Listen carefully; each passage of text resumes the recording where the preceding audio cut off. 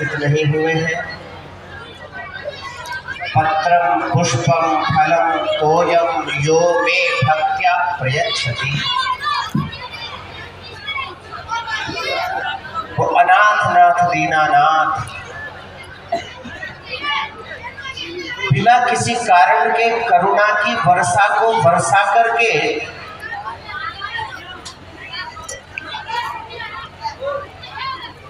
बिना कुछ दिखाए हुए, बिना कुछ सिखाए हुए वो अनाथों का नाथ बन जाता है। वो तीनों की रक्षा करके तीनों का नाथ दीनानाथ कहलाता है। अपने भक्तों के ऊपर वात्सल्य की कृपा बरसा करके भक्त वत्सल कहलाता है। लेकिन कितना दयालु है वो भगवान। जब उस भगवान को भक्त देने के लिए चलते हैं तो वो कहते हैं कि पत्र दे दो, पुष्प दे दो, फल दे दो, जल दे दो, परंतु भाई कुछ तो दो। बिना कुछ किए, बिना खेत में बीज बोए फल की प्राप्ति नहीं हो सकती। एतावता यद्यपि आप लोगों की इस दिव्य विलक्षण तप को देख करके हमारे पास मात्र शब्द रूपी पुष्पांजलि आपके चरणों में समर्पित है, परंतु आशा ही नहीं पूर्ण विश्वास है। जिस धर्म संघीय परंपरा का संरक्षण आप लोग कर रहे हैं,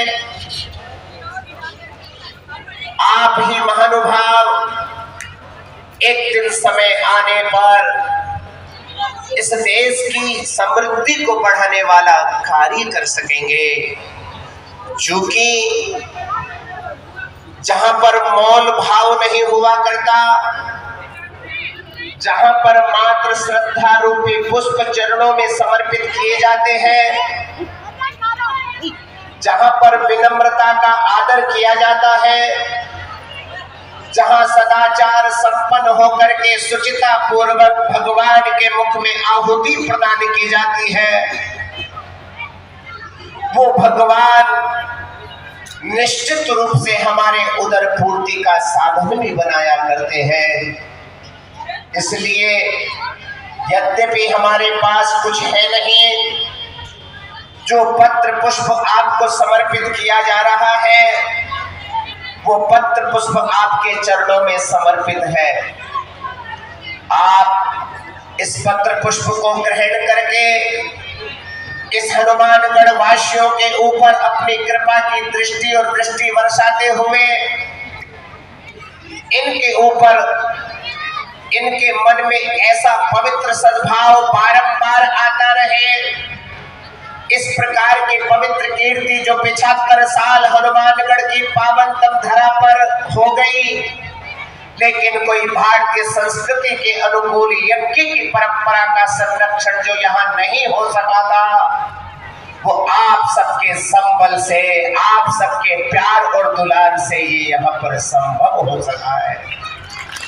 धन्य है वो यजमानगढ़ जिनके कठोर परिश्रम, खून पसीने की कमाई से जिन्होंने जो जो कुछ समर्पित किया है, वो सब लोग धन्यवाद के पात्र हैं।